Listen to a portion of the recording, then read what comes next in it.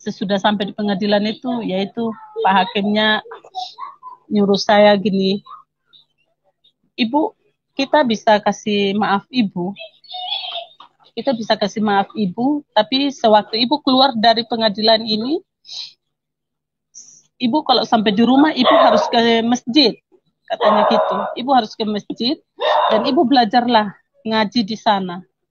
Saya bilang ke Pak Hakim, saya tidak bisa. Lah, Ibu harus bisa, katanya gitu. Ibu harus bisa belajar itu ngaji. Ya, Bapak tidak bisa maksa saya.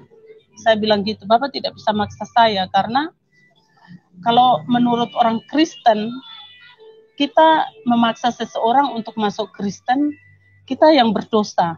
Begitu pula dari Bapak, kalau Bapak memaksa saya, nanti Bapak yang dosa.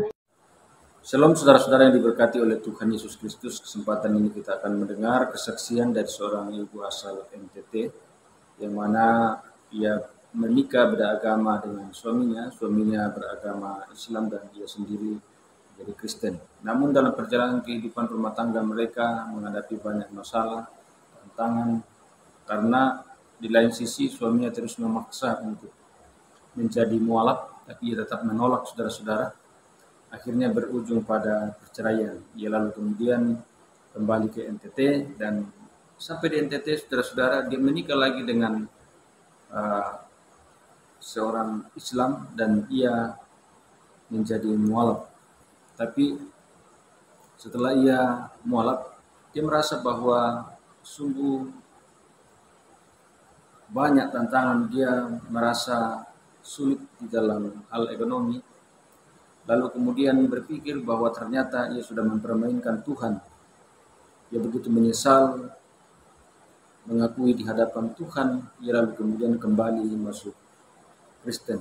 Dan luar biasa bahwa akhirnya suaminya pun menjadi pengikut Kristus. Dia ikut menjadi Kristen, saudara-saudara. Ini sesuatu yang sangat luar biasa, dan akhirnya merasa bahwa setelah menjadi percaya kepada Kristus, sungguh bahagia hidupnya, sungguh dia selalu diberkati oleh Tuhan dalam segala hal. Akhirnya apa yang terjadi, menjadi seorang yang taat dalam ajaran agama Kristen, karena betul-betul bahwa Kristen mengikut Kristus adalah hal yang harus, karena hanya di dalam Kristuslah satu-satunya kebenaran sejati. Hanya melalui Yesus Kristuslah kita dapat diselamatkan. Untuk lebih lengkapnya kesaksiannya, saudara-saudara, kita ikuti bersama-sama. Saudara-saudara semua yang sangat dikasihi oleh Tuhan Yesus kita. Ya, terima kasih sudah memberi saya kesempatan ini untuk memberi kesaksian tentang hidup saya. Nama saya itu Andriani Anita Ratu. Saya lahir di NTT Rotendao. Bertempatnya Rote itu, saya asli orang Kristen. Orang tua juga asli semuanya Kristen.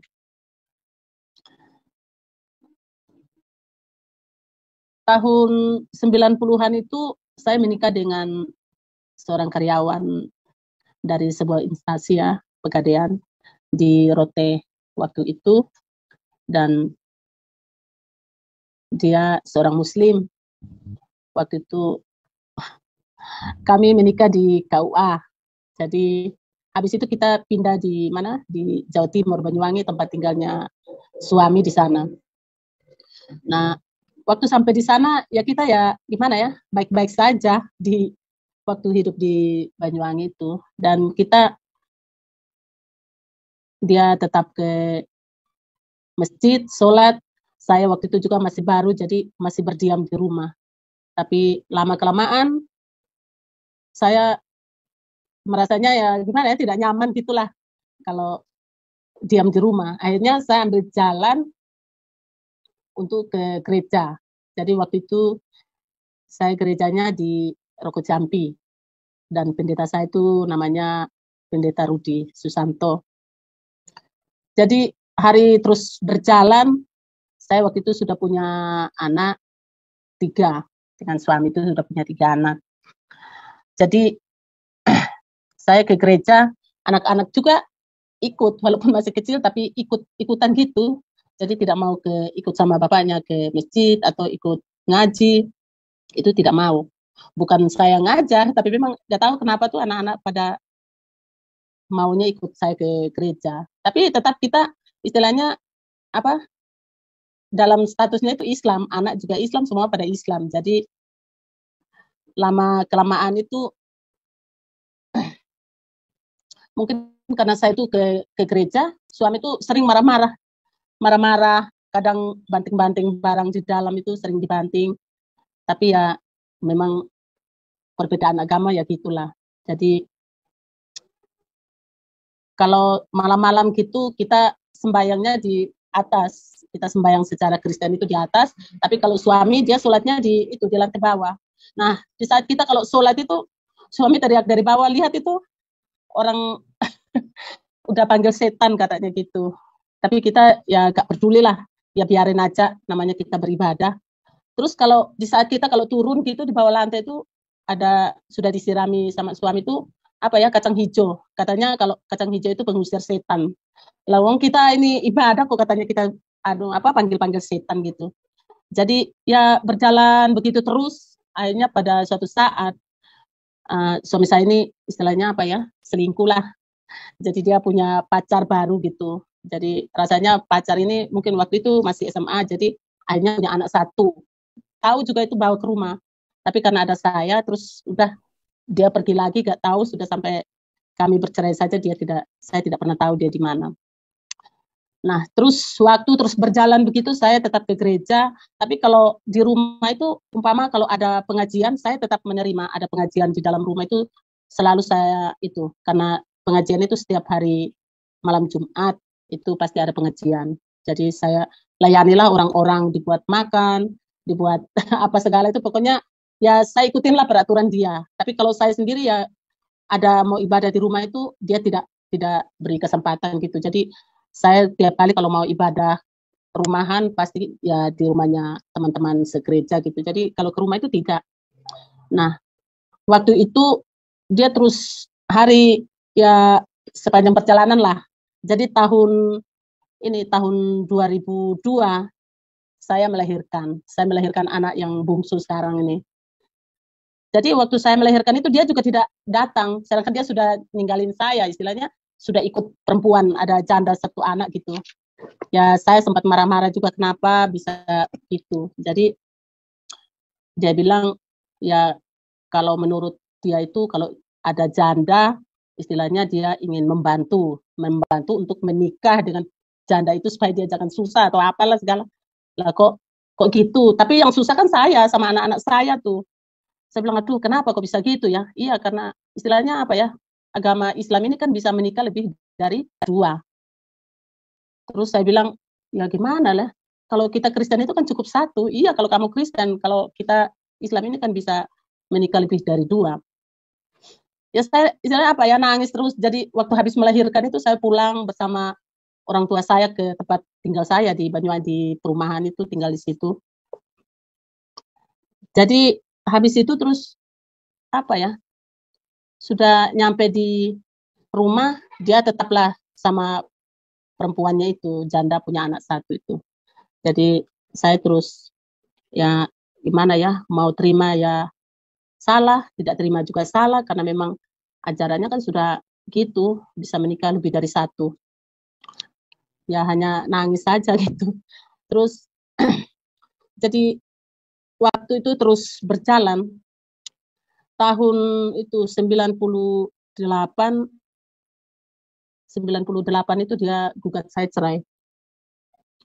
Dia gugat saya cerai, terus ya gimana ya, gugat saya cerai, sesudah itu saya sebenarnya ya gak bisa terima lah, gak bisa terima keadaan seperti itu. Dia lapor ke pengadilan, atau saya dapat surat laporan, dapat surat dari pengadilan gitu, jadi kita ke pengadilan. Sesudah itu sampai di pengadilan itu, dia bilang sama itu, katanya karena ketidakcocokan dalam rumah tangga. Loh kok nggak ada kecocokan itu apa maksudnya itu? Terus dia bilang perbedaan agama. Saya diam aja sudah. Habis itu dari pengadilan agama itu nanya ke saya, Bu, waktu menikah itu Kristen. Saya bilang, ya nikah secara Islam. Di mana, Bu? Ya nikahnya di KUA. Oh, lah terus kenapa Ibu tidak bisa mengikuti suami? Saya bilang saya tidak bisa. Saya tetap berpendirian bahwa saya tetap ke gereja gitu. Habis itu sudah, kita dari pengadilan itu masih beri saya kesempatan, istilahnya waktu 3 bulan. Harus, tapi kalau pulang itu harus ke masjid, harus belajar itu ngaji. Saya diam saja. Terus waktu itu sampai di rumah, dia tuh marah-marah ya, marah-marah. Katanya, ayo sudah kita ke masjid biar kamu belajar di rumahnya ini Pak Ustadz katanya gitu. Saya tidak mau. Jadi di situ saya disuruh lagi baca 2 kalimat syahadat. Saya tidak mau karena saya tahu kalau kita sampai kalau membaca 2 kalimat syahadat, berarti kita ini sudah menjual Tuhan Yesus. Saya tidak mau. Ya dari situ dia terus marah-marah. Ya marah-marah, maki-maki. Itu apa-apa yang di dalam rumah itu dibanting semua. Ya saya hanya bisa berdoa saja. Terus yaitu terus berjalan dan berjalan, dia terus ketemu sama itu. Ada ibu satu yang janda punya anak satu itu. Terus mungkin disuruh gugat lagi, akhirnya dia menggugat saya lagi yang kedua kali. Sesudah saya digugat lagi, saya nangis karena anak-anak waktu itu kan masih kecil-kecil. Lah dia bilang saya ini tidak bisa diatur karena sudah dibilangin pulang itu harus belajar agama. Saya tidak mau, saya membangkang katanya. Sudah saya diam-diam saja. Dia laporan habis itu ya sudah, mau bilang apa lagi. Sudah itu kita belum mau ke pengadilan itu, saya ajak dia ke gereja. Bertemu dengan pendeta saya karena saya ingin minta didoakan. Saya minta didoakan sama Pak Pendeta, jadi dia juga ikut masuk. Sesudah dia masuk, kita doa. Habis doa, Pak Pendeta ini masih ngomong, gimana Pak, kalau untuk masalah agama ini kan ini tidak bermasalah, karena agama ini kan tidak bisa membawa keselamatan, yang penting kan iman kita. Ya sudahlah Pak, jangan dicerai. Ya nggak bisa Pak, dia tidak mau ikuti saya. Ya singkat ceritanya ya kalau kita di rumah, dia kalau sholat, saya mesti ke gereja, anak-anak ikut saya. Terus nggak tahu kenapa ya, saya kalau siap ke gereja tuh anak-anak itu selalu ikut terus. Itu dia sudah siap dengan kayu, mukulin anak-anak, nggak boleh ikut. Ya, anak-anak itu kan waktu itu masih kecil-kecil. Saya hanya nangis saja, gimana ya caranya. Tapi ya ginilah. Saya juga sering dimaki-maki, sering diusir karena memang beda agama.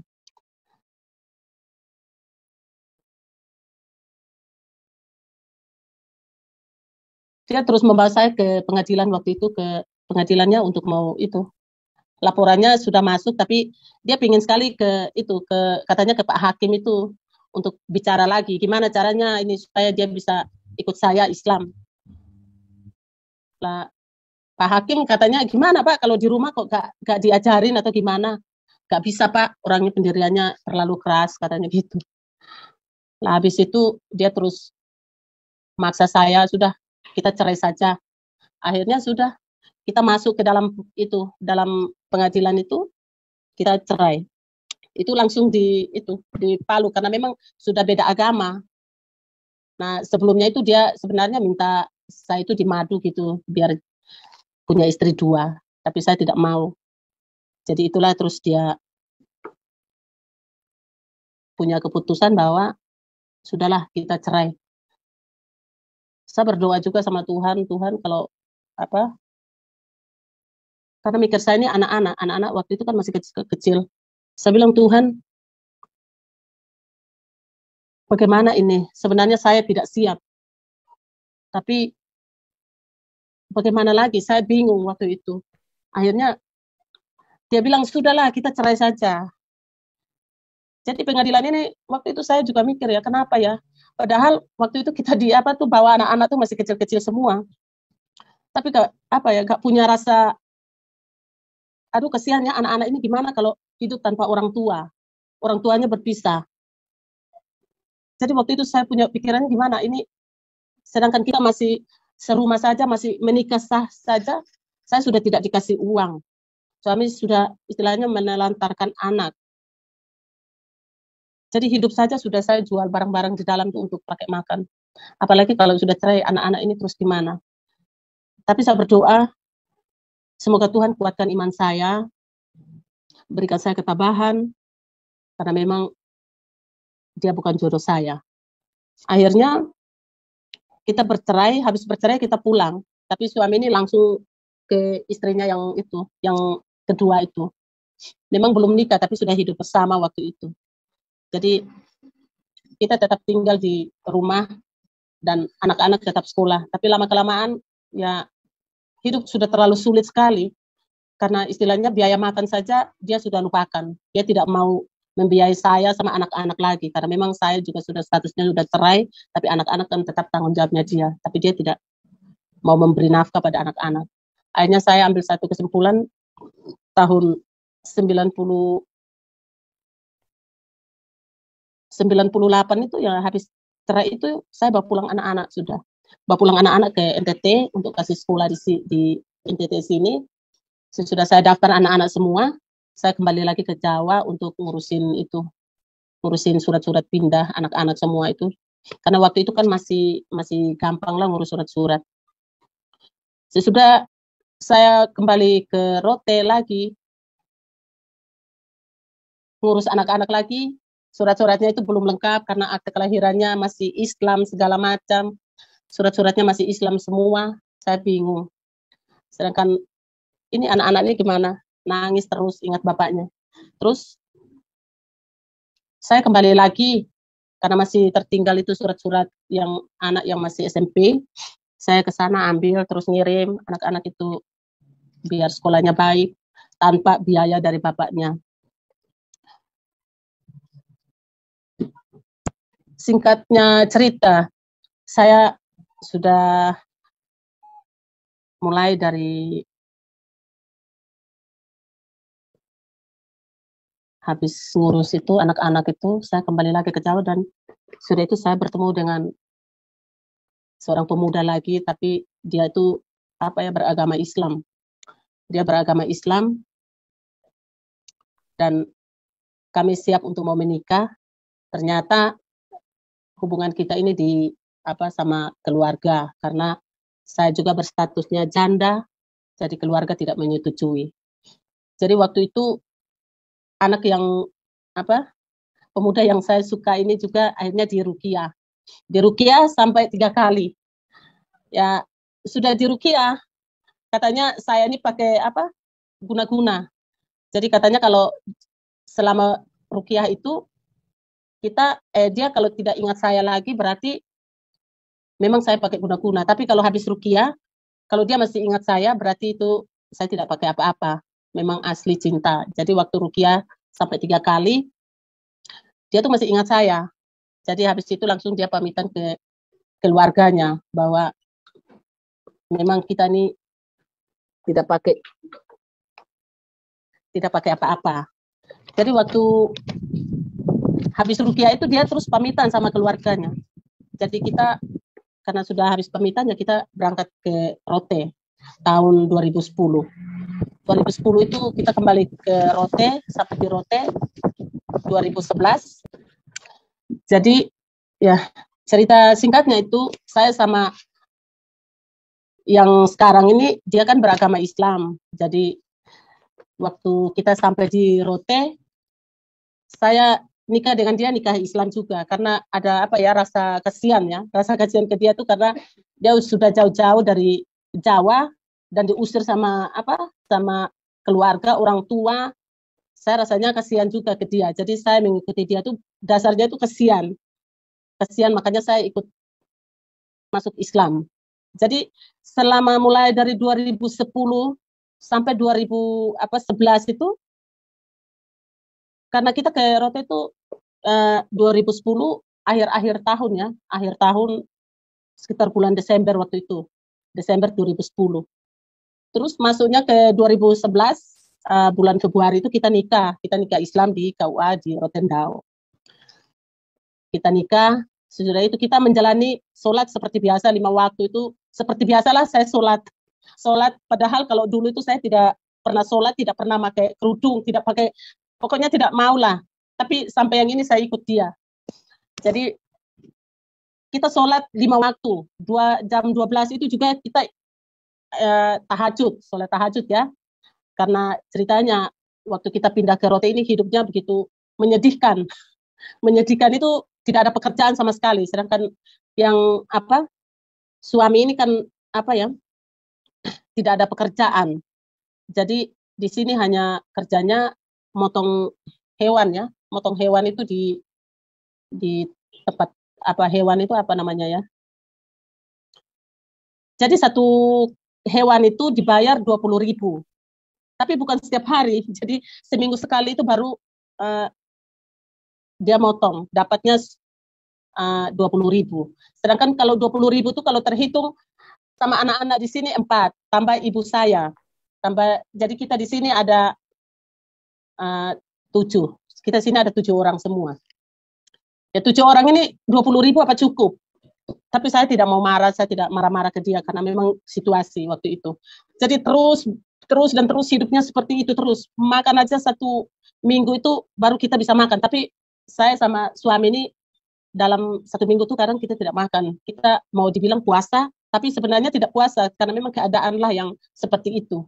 Jadi memang sangat menyakitkan. Jadi kalau dapat 20.000 itu saya harus beli beras untuk anak saya yang 4 itu karena anak-anak saya pada tahun segitu itu sudah mulai sekolah-sekolah yang SMP-nya, terus mau niat masuk SMK, tapi jaraknya terlalu jauh sama sekali. Jadi pagi-pagi itu mereka dari rumah itu jalan, jam 6 pagi itu sudah lari dari rumah itu ke tempat sekolah tuh, tahu itu sekitar ada berapa kilo itu, terlalu jauh sekali. Jadi saya itu kadang-kadang sampai gini, sampai dengan suami ini malam-malam ini sholat, jam 12 itu kita bangun, kita sholat tahajud itu sampai nangis, sampai saya masih ingat waktu sholat itu saya bilang, ya Allah, kabulkanlah doaku, ya Allah, bukalah pintu rezeki bagi kami, ya Allah.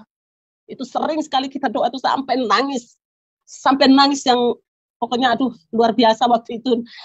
Hanya gimana ya, mikir hidup atau ya itu sudah terlalu susah. Jadi saya sama suami ini seminggu sekali baru bisa makan. Kalau yang lain itu ya sudah, yang penting anak-anak bisa dapat makan. Nah, pertengahan tahun 2012 itu 2011, pertengahannya 2011 itu ada tetangga saya di sini itu dia ngajak suami ini ke daerah Kupang, masih NTT juga tapi nyebrang katanya nanti ke sana dikasih kerja karena memang kalau di sini kerjanya memang susah sekali. Jadi kita ke sana, saya ikut dia ke sana. Sampai sana itu ya kerja sebagai tukang bangunan, tukang batu. Dia kerja tapi terusnya seperti itu terus. Kita waktu itu ngekos, susah sekali juga. Sampai dia tuh kerjanya jauh, nanti pulang capek-capek langsung itu aja, ayo kita sholat, ya sholat terus. Nah waktu masuk 2012 itu ya masih terus. Jadi kita Islam ini dari 2011 sampai 2012. Jadi pertengahan 2012 itu saya sudah mikir, saya ini sudah meninggalkan Tuhan, saya ini sudah sudah menyakiti hati Tuhan, mempermainkan Tuhan. Saya teringat kembali sama Tuhan saya, yaitu Yesus. Saya nangis. Waktu itu suami saya ada kerja. Saya nangis. Saya berdoa, minta ampun sama Tuhan. Waktu itu saya minta ampun, Tuhan, ampuni saya. Saya sudah meninggalkan Tuhan. Saya sudah menjual Tuhan. Saya minta ampun. Jadi waktu itu saya nangis terus. Waktu pagi saya masak, jam 10 itu saya sudah bersih semua. Jam 10 saya doa. Saya masuk kamar, pintu, naik di tempat tidur, saya doa. Saya doa, saya menangis betul-betul, dan saya pasrah hidup saya ini di tangan Tuhan. Karena saya pikir selama ini saya meninggalkan Tuhan. Walaupun saya di Jawa, punya suami, saya setiap minggu tuh saya ke gereja, tapi saya berpikir bahwa saya itu Kristen KTP. Saya tidak benar-benar mengikuti Tuhan. Padahal saya ini mempertahankan agama saya, tapi saya tidak benar-benar mengikuti Tuhan. Saya merasa menyesal sekali. Waktu 2012 itu saya menyesal sekali, saya menangis. Saya minta ampun sama Tuhan. Nanti kalau sudah sore jam 3, saya sembahyang lagi. Saya sembahyang menurut agama saya, Kristen. Walaupun saya belum ke gereja, waktu itu belum ke gereja karena Alkitab saja saya tidak punya, karena selama itu saya kan masih berstatus Islam, masih mengikuti suami, sholat segala macam. Jadi waktu saya mulai mau kembali kepada Tuhan Yesus, saya tidak punya Alkitab, saya tidak ada Alkitab. Jadi saya hanya itu saja, doa dan menangis. Saya minta pengampunan sama Tuhan. Saya minta ampun betul-betul sama Tuhan. Terus pas bulan November 2012, saya ingin ambil sikap, karena saya tahu kalau agama Islam ini kalau cerai itu kan gampang. Karena saya mengingat waktu zaman saya masih dengan suami saya yang pertama itu, cerai itu terlalu gampang sekali bagi mereka. Mereka tidak pernah memikirkan anak-anak, tidak pernah memikirkan apakah anak ini terlantar, masa depan anaknya itu di mana, tidak pernah memikirkan hal itu. Makanya waktu itu saya mulai ambil keputusan ingin kembali pada Tuhan Yesus. Dan waktu suami saya pulang itu sore-sore,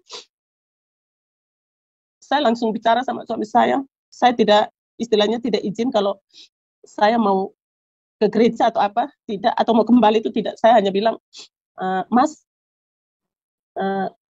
kita cerai yuk. Saya bilang gitu. Katanya suami saya, kamu tuh gila ya, kok tahu-tahu minta cerai. Saya terus diam-diam, dia bilang, memangnya kenapa sih kok minta cerai? Terus saya bilang, saya ingin kembali gereja, saya ingin kembali masuk Kristen.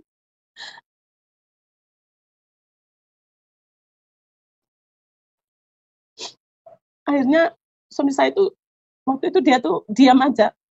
Terus waktu maghrib dia mau sholat, dia sempat bilang ke saya, aduh, akhirnya saya sendiri lagi ya, katanya gitu. Saya bilang tidak apa-apa, kalau kamu mau ya kamu kembali saja ke Jawa, biar aku di sini saja, bilang gitu. Dia bilang tidak, saya tidak mau pulang karena kesana juga kan orang tua juga sudah tidak mau lagi dengan dia. Terus dia gini, ya sudah, kalau kamu mau ke gereja, kamu silakan. Waktu itu saya omong tuh tepat hari Sabtu ya. Kalau kamu mau ke gereja, tidak apa-apa, tapi jangan pernah kamu ajak saya, dan kamu jangan pernah berharap bahwa saya akan ikut kamu. Terus hati saya juga, oh ya sudah, tidak apa-apa. Berarti kamu tidak mau cerai ya? Iya sudah, tidak, saya tidak mau cerai. Cukup saja saya sama kamu, katanya gitu. Terus akhirnya malam saya sembahyang. Waktu mau tidur, dia sudah mulai itu sholatnya sendiri sudah. Jadi saya tidak ikut sholat lagi. Saya sembahyang menurut keyakinan saya kembali, yaitu Kristen. Sembahyang habis, kita tidur. Paginya dia sendiri yang bangun dan bangunkan saya. Katanya gini, katanya mau ke gereja. Terus saya bilang, iya saya mau ke gereja. Ya sudah, siap sudah ke gereja. Aduh, saya bilang, aduh puji Tuhan. Saya gitu. Akhirnya paginya itu saya ke gereja. Saya mau ke gereja, saya tidak punya Alkitab, jadi saya pinjam di tetangga sebelah itu gereja. Sebelahnya itu saya pinjam Alkitab. Terus tetangga saya itu bilang gini, jangan loh, nanti suamimu marah. Saya bilang tidak, udah gak apa-apa, pinjamin aja. Akhirnya dipinjamin saya Alkitab, terus saya berangkat ke gereja. Nah, kita gereja, terus itu gereja Pantai Kosta waktu itu. Saya ke gereja, sudah itu saya pokoknya dia tidak larang saya ke gereja. Saya juga tidak apa-apa, dia sholat juga saya tidak apa-apa. Nah, sesudah masuk bulan Desember, tepatnya mau Natal, saya malam itu saya doa, saya puasa, saya doa sama Tuhan. Tuhan, kalau Tuhan sayang sama saya dan saya masih bisa kembali kepada Tuhan dan Tuhan menerima saya kembali, saya minta supaya suami saya ini ikut dengan saya. Saya doa gitu malam Saya minta betul-betul sama Tuhan dan menangis. Ternyata Tuhan jawab doa saya pada bulan Desember pas Natal. Walaupun dia belum masuk Kristen, tapi dia mau ikut saya ke gereja. Waktu itu saya habis doa, tapi saya masih bilang, jangan ke gereja, nanti gimana. Sudah gak apa-apa, saya mau ke gereja ikut Natal. Saya menangis betul-betul. Ternyata Tuhan itu begitu baik. Baiknya kenapa? Waktu pertama, suami saya yang pertama tidak bisa mengikuti. Ternyata yang kedua, karena doa, Tuhan kabulkan doa saya, sehingga walaupun dia belum masuk Kristen waktu itu, tapi dia mau ke gereja. Akhirnya kita ke gereja 2 kali ya.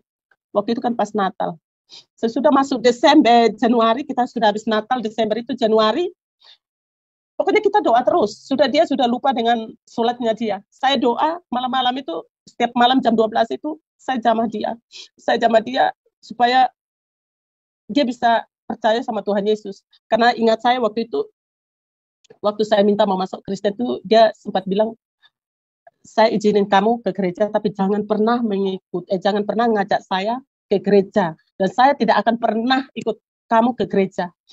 Saya hanya jawab, tidak apa-apa. Tapi ingat bahwa Tuhan saya itu Tuhan yang hidup, yang penuh kuasa. Dia bisa merubah seseorang itu dengan cara membalik telapak tangannya. Saya waktu itu hanya bilang begitu, karena waktu itu juga orang bilang Kristen itu Kristen KTP, jadi tidak begitu memahami. Jadi saya bicara gitu, dan ternyata Tuhan dengar doa saya. Jadi waktu awal 2013 itu, dia terus ngajak saya untuk mendaftar di gereja, dia mau masuk Kristen. Saya kaget. Waktu itu saya kaget betul-betul.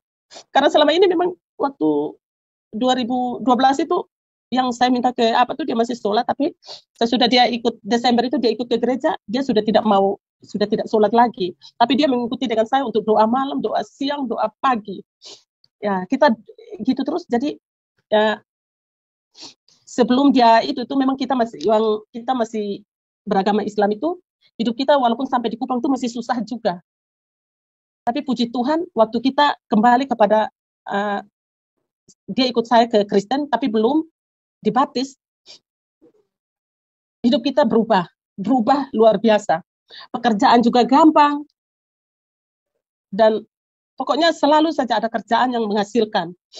Karena waktu itu kita doa, saya ingat firman itu, gimana lupa, bahwa Tuhan itu tidak pernah membiarkan umatnya sampai meminta-minta. Tuhan selalu menyediakan apa yang kita perlu.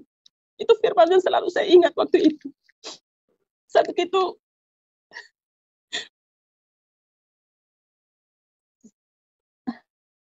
saya begitu bersyukur sekali, karena saya percaya bahwa apapun kesalahan kita, kalau kita mau kembali kepada Tuhan Yesus dengan sungguh-sungguh, dia akan mau menerima kita kembali. Jadi waktu itu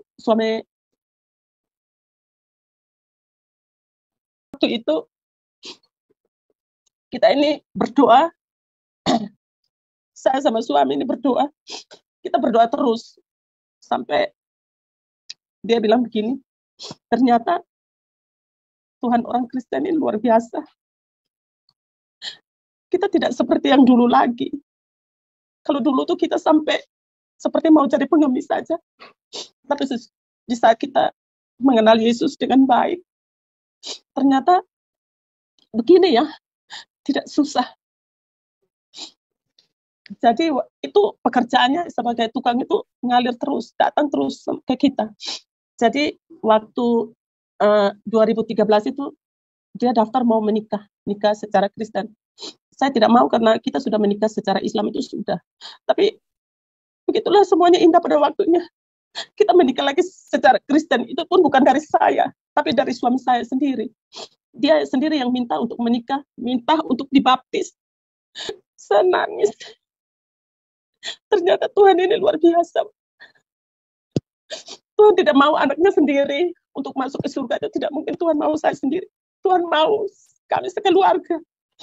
Jadi waktu itu kita daftar mau 2013 itu dia ke gereja dan berbicara dengan ibu pendeta kalau dia mau masuk Kristen. Katanya, Ibu, saya mau masuk Kristen dan ibu tolong baptis saya. Katanya ibu pendeta, enggak bisa mas, kita orang Gemit ini kan harus belajar banyak, dia butuh waktu. Tapi dia terus memaksa, entahlah gimana dia terus memaksa. Saya tidak mau bu, saya mau segera dibaptis. Terus ibu pendeta ini udah bingung lah. Jadi gimana ini? Jadi mungkin dengan pada majelis itu bicara gimana, terus akhirnya dia disiapkan untuk dibaptis, tapi harus belajar doa Bapa Kami. Jadi waktu itu dia belajar doa Bapa Kami, udah bisa. Terus ini kita sudah dipersiapkan untuk mau dibaptis. Jadi waktu itu nama Islamnya itu Ahmad Nur Kholil. Jadi karena saya sudah tidak mau nama Islam itu ada, akhirnya dari situ diganti sama Dharma Satria Kusuma. Itu nama Kristennya. Jadi sudah itu dia dibaptis lah. Habis dibaptis bulan Maret itu kita disuruh sama ibu pendeta persiapan untuk menikah. Jadi kita belajar. Saya bersyukur itu karena masa prosesnya itu tidak terlalu sulit. Waktu saya mau menikah, mau ngurus surat-surat itu susah sekali juga. Duitnya itu juga susah karena waktu itu ya istilahnya orang ngurus itu kan harus pakai uang, ngurus jalan sana sini itu harus pakai uang, sedangkan kita tidak. Jadi waktu sehari sebelum kita mau serahkan berkas, saya doa, Tuhan, saya tahu segala sesuatu itu Tuhan selalu mempersiapkan bagi saya dan suami. Saya berdoa buat supaya kita ini dalam proses pernikahan ini lancar. Jadi waktu kita habis doa, terus ada seorang ibu di situ telepon, Mak, masnya ada, itu mau suruh kerja. Akhirnya puji Tuhan dia kerja, uangnya dapat, terus kita buat ngurus surat-surat. Sesudah habis ngurus surat-surat itu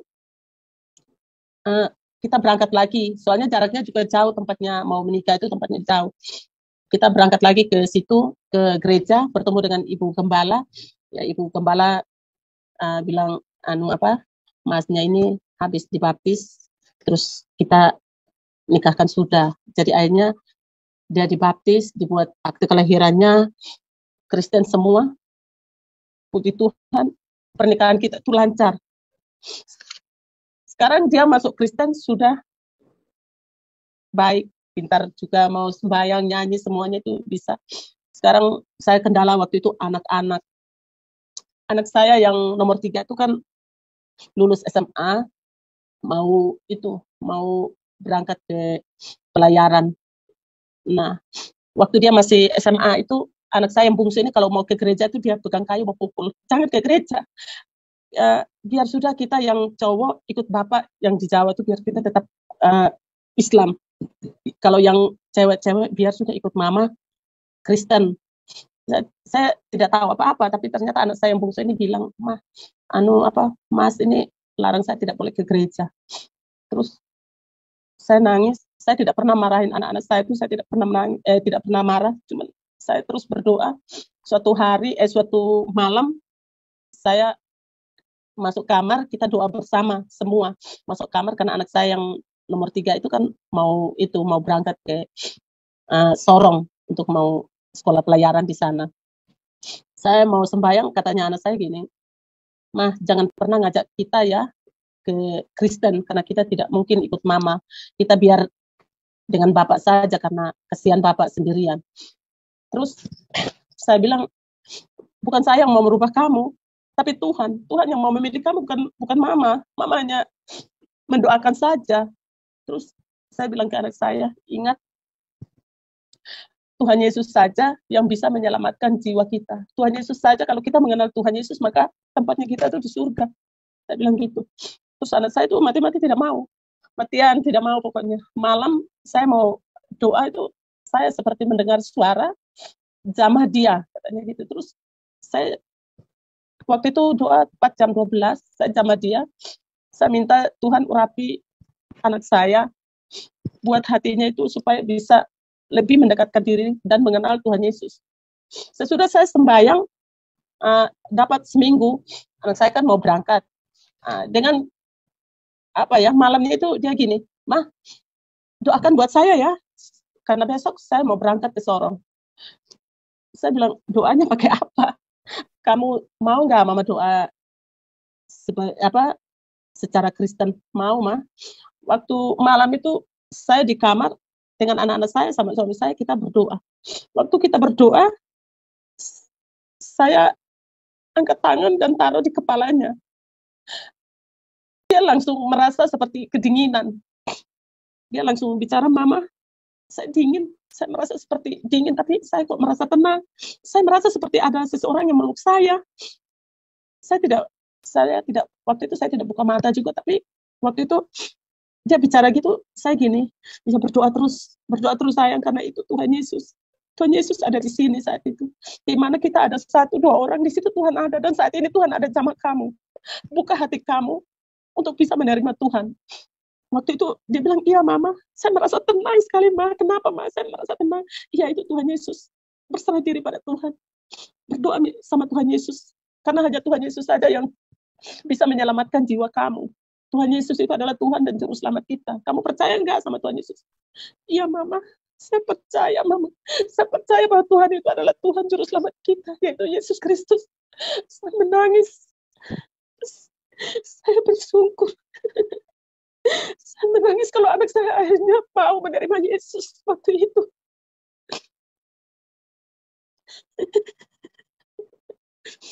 Saya berdoa terus. Akhirnya waktu itu kita amin.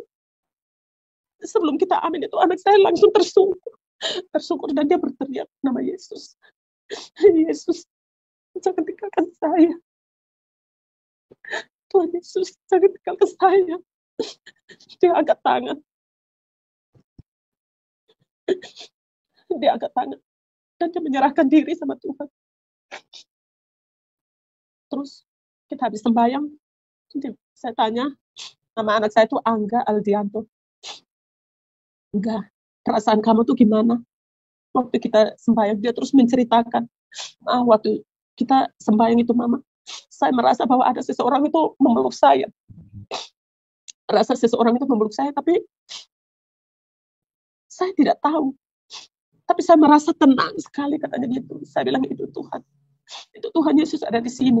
Ingat bahwa hanya kita kalau percaya sama Tuhan, hanya Tuhanlah yang bisa menyelamatkan kita." Dia bilang, "Amin Mama."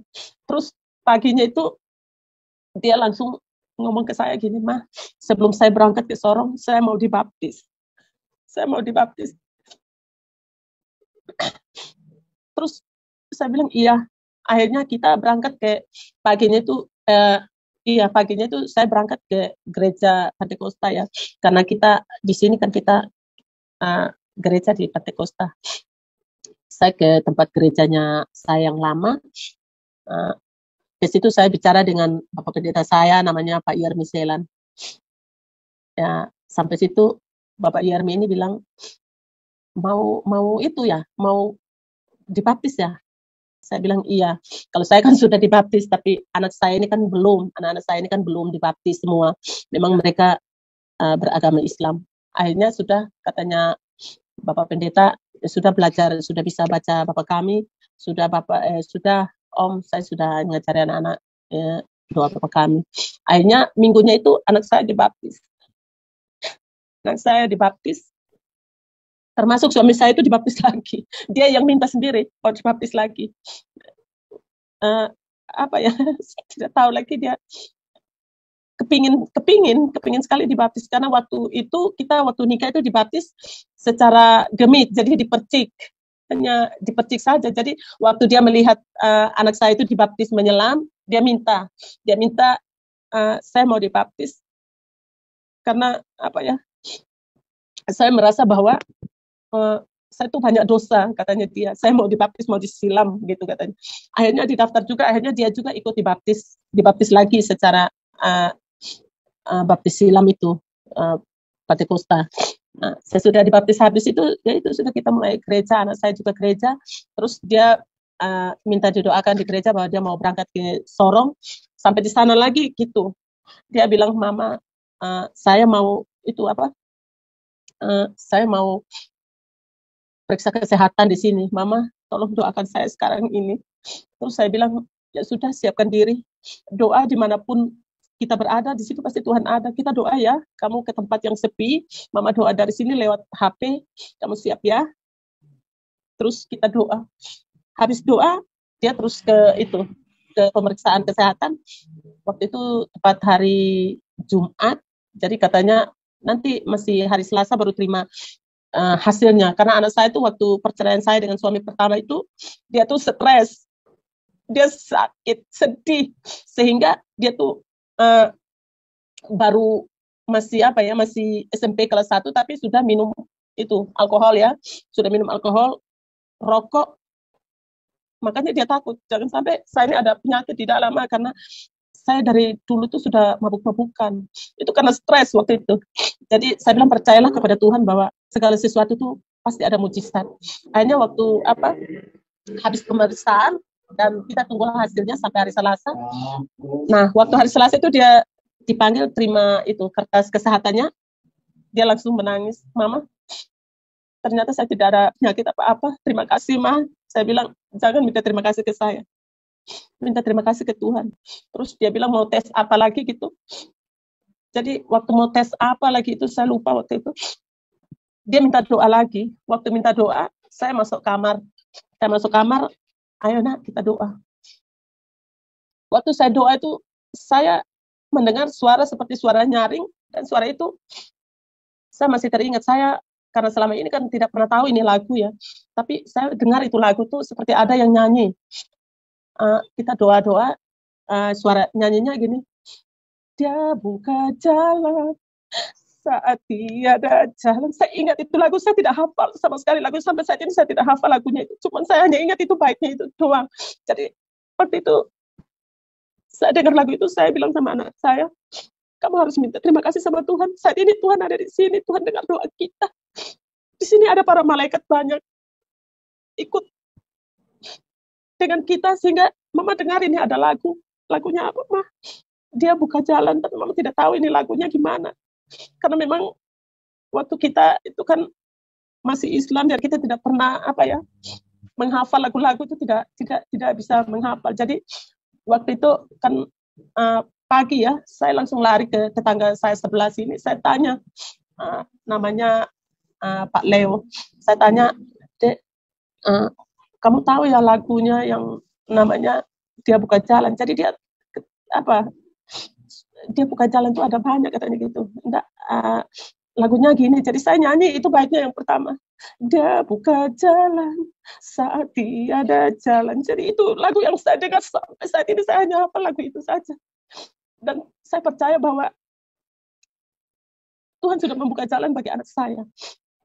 Jadi waktu dites untuk kelulusannya itu, kita habis doa, dites di dalam, langsung dia lulus, dia teriak, Tuhan Yesus, terima kasih Tuhan, saya lulus, Mama, saya lulus, Mama. Terus saya bilang, iya, minta terima kasih sama Tuhan. Tanpa Tuhan, kamu tidak bisa apa-apa. Tanpa Tuhan Yesus, kamu tidak apa-apa, tidak ada apa-apanya. Pasti segala sesuatu tidak akan berhasil. Saya bilang gitu. Dia bilang, iya Mama, terima kasih Mama, terima kasih atas doanya Mama, terima kasih atas Tuhan Yesus. Habis itu, dia terus beribadah sama Tuhan Yesus sampai saat ini, sampai dia diwisudakan, dia terus sampai saat ini dia terus beribadah kepada Tuhan Yesus bersama dengan adik-adiknya juga, semuanya masuk Kristen, kakak-kakaknya semua akhirnya Kristen semua. Dan itulah yang luar biasa bagi hidup saya. Hidup di luar Tuhan itu sangatlah tidak baik, sangat susah hidup di luar Tuhan Yesus. Dan itulah pengalaman saya hidup di luar Tuhan. Saya ingin sekali berdamai dengan Tuhan, dan saya tidak akan pernah mau meninggalkan Tuhan Yesus. Saat ini, dalam keluarga saya, setiap hari kita berdoa, terus setiap malam, setiap pagi, kita mengadakan doa bersama dengan suami.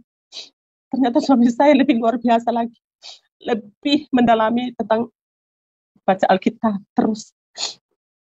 Dan saya percaya bahwa mujizat Tuhan itu selalu ada bagi kami. Tuhan selalu menolong kami, walaupun apa keadaannya.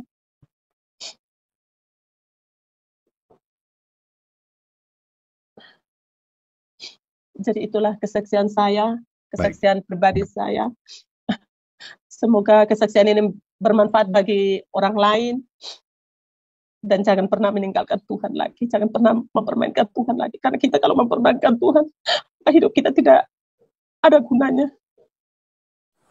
Berbiasa Bapak Ibu, kesaksian Ibu ini semoga dapat memberkati, menguatkan kita. Ada banyak pelajaran-pelajaran rohani yang kita bisa petik di sana, bahwa memang dalam menjalani hidup sebagai orang Kristen ada proses, ada tantangan yang harus dihadapi, tapi percayalah bahwa di dalam Yesus Kristus kita akan selalu diberkati, kita akan selalu diberi jalan keluar atas setiap persoalan yang ada. Sampai jumpa di video-video berikutnya dan Tuhan Yesus memberkati.